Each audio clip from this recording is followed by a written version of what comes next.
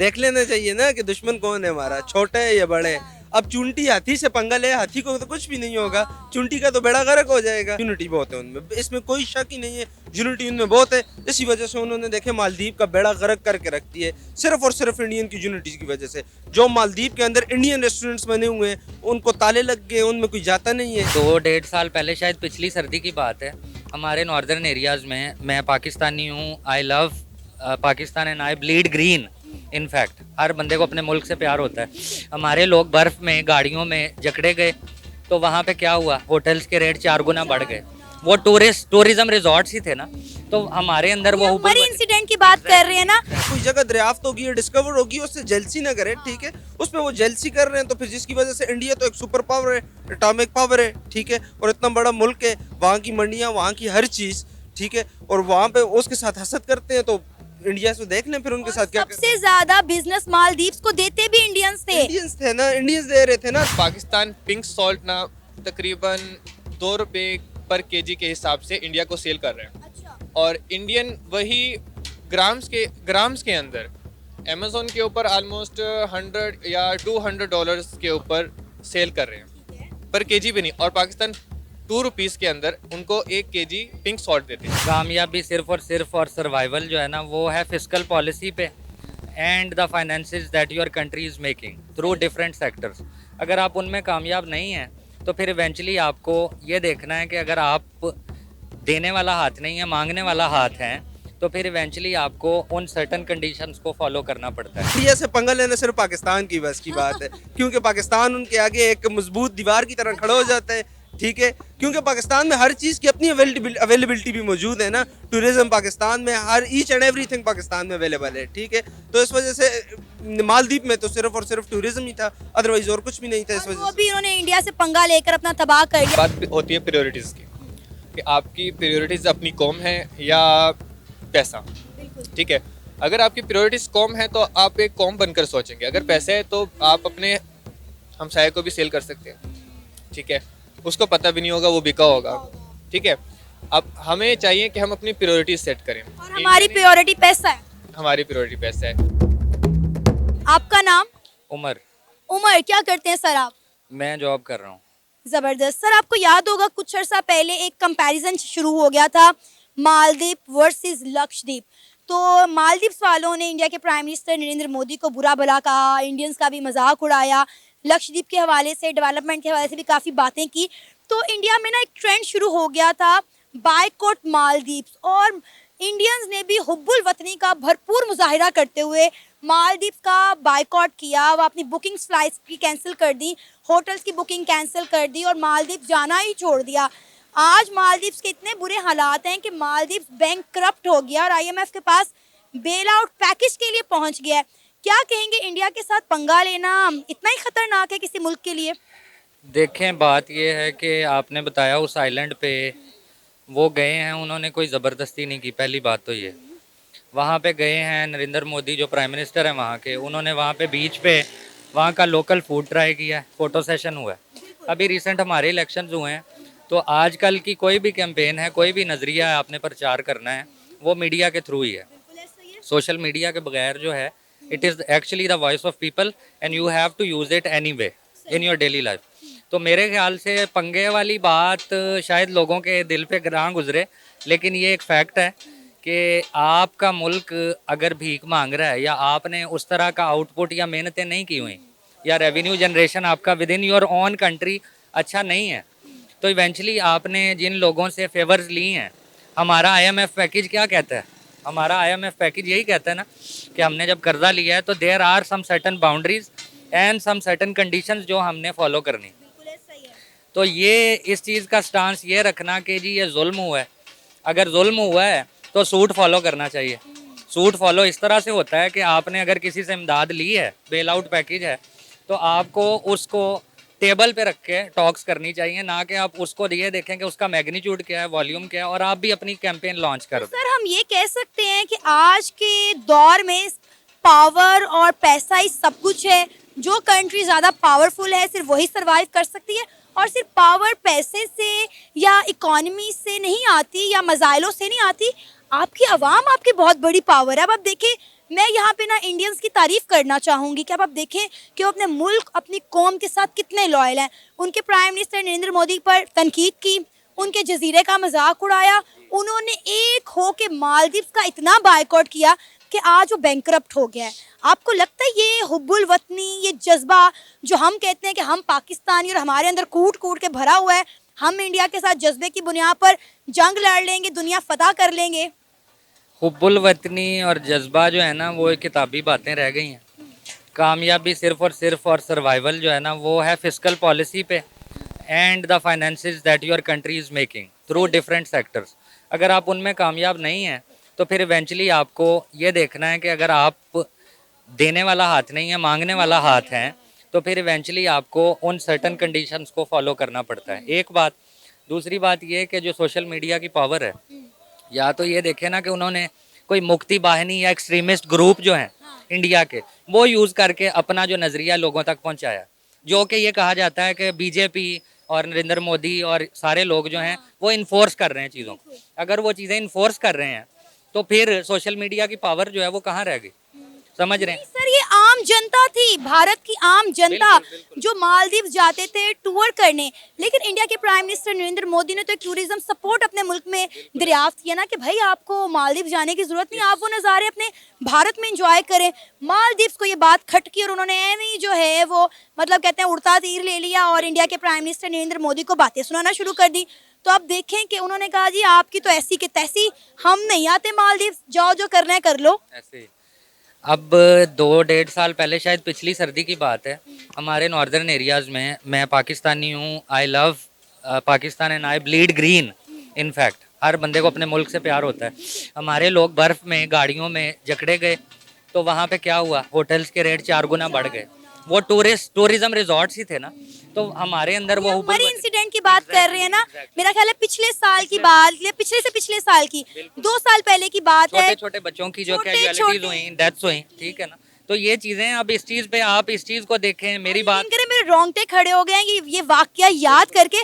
मैं थोड़ा सा अपने व्यूअर्स को बताना चाहूंगी कि हुआ क्या था कि पिछले साल की, मेरा 2 साल पहले की बात है कि मरी ट्रिप पर जाने वाले जो लोग हैं वो ठंड की शिद्दत बर्दाश्त ना करने की वजह से अपनी गाड़ियों में मर गए थे।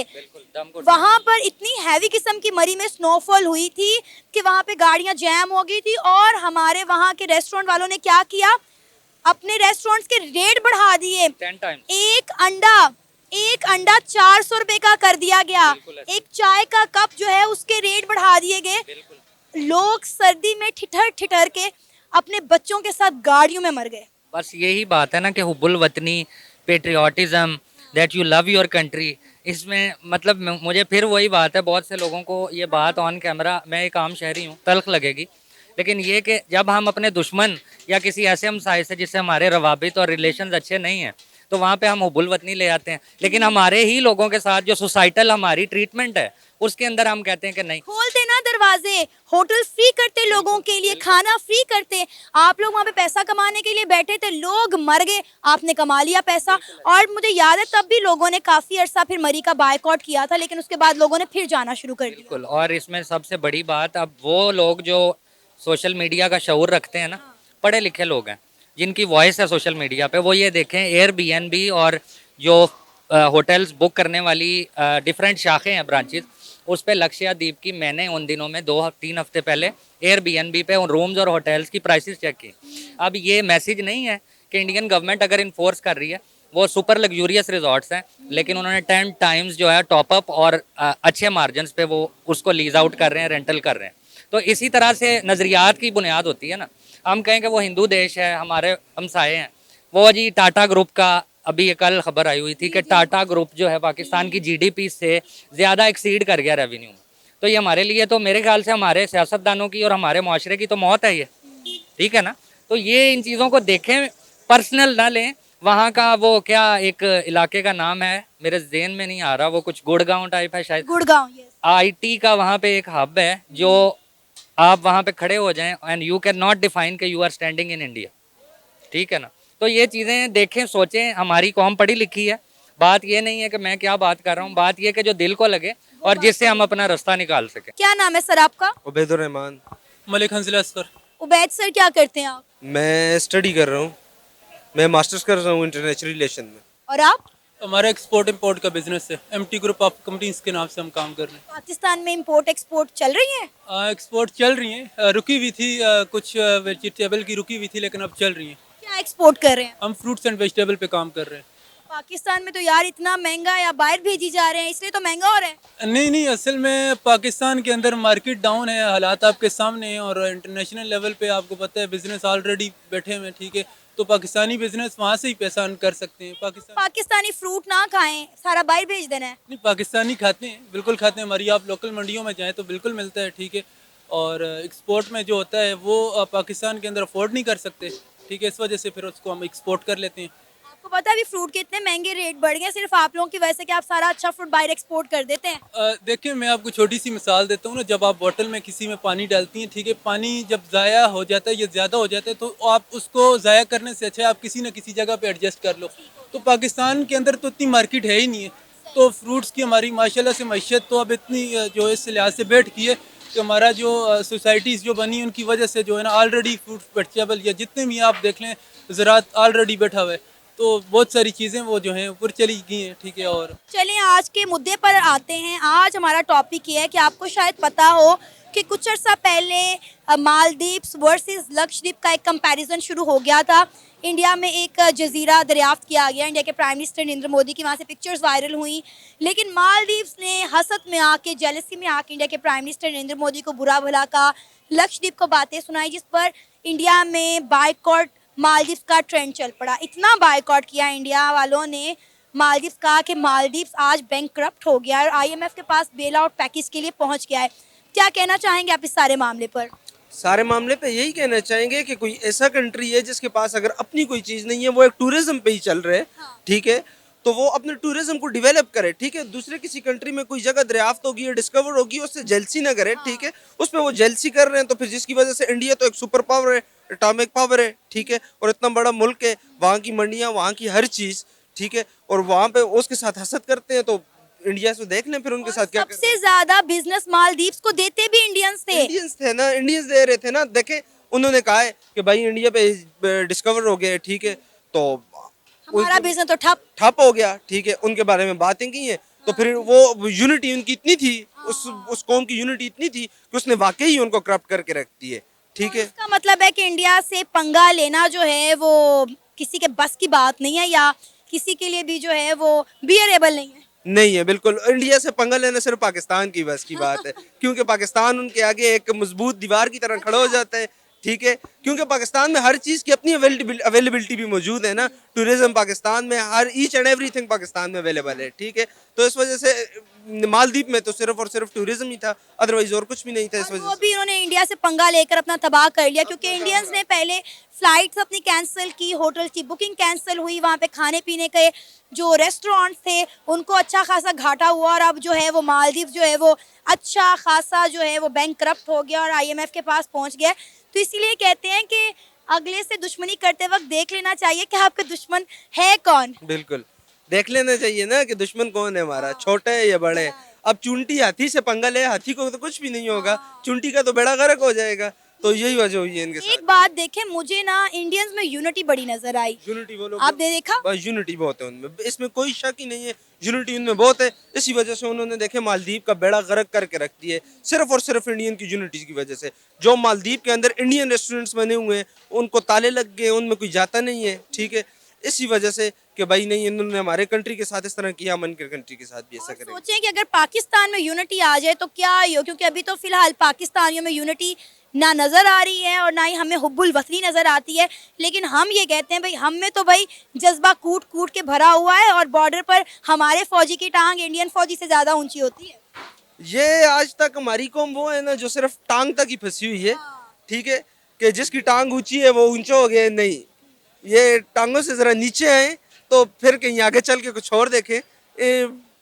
मेरे ख्याल में तो ये टांगों तक ही महदूद कौम है, यूनिटी बिल्कुल भी नहीं है। आपको नहीं लगता कि हमें इंडिया के साथ ये दुश्मनी छोड़कर दोस्ती का हाथ बढ़ाना चाहिए? दुश्मनियों में क्या रखा है? ऑलरेडी पाकिस्तान अपने तारीख के बदतरीन मौशी बहरान से गुजरा है, पाकिस्तान के हालात बड़े ख़राब हैं।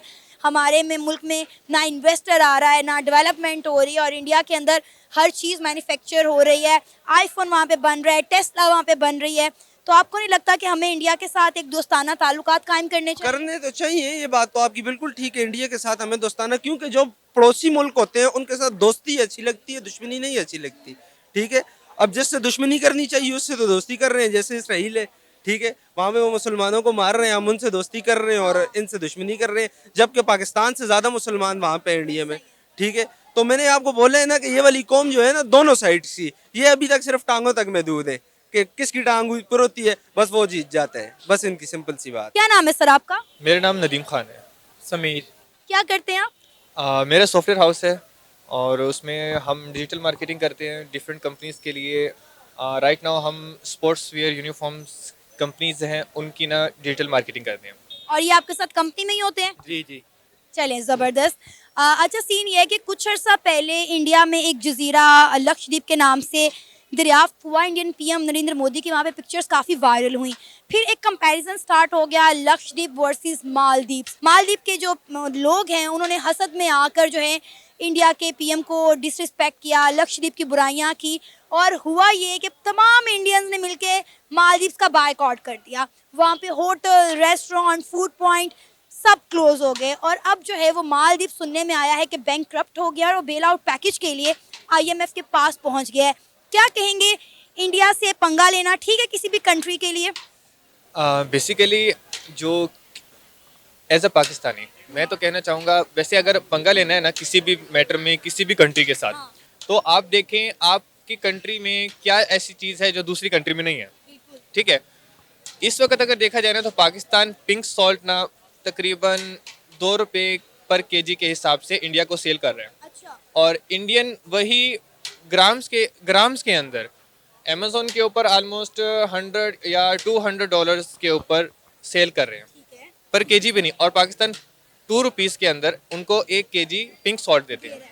अगर हम अपनी पिंक सॉल्ट की कंपैरिजन के मुताबिक इंडिया के साथ पंगा करें और हम उनको सेल करने के बजाय खुद वो अमेज़ोन के ऊपर सेल करना शुरू कर दें, तो पाकिस्तान काफ़ी अर्निंग कर सकते हैं और जीडीपी भी इम्प्रूव कर सकती है। पाकिस्तान में तो अमेज़न वर्क नहीं कर रहा।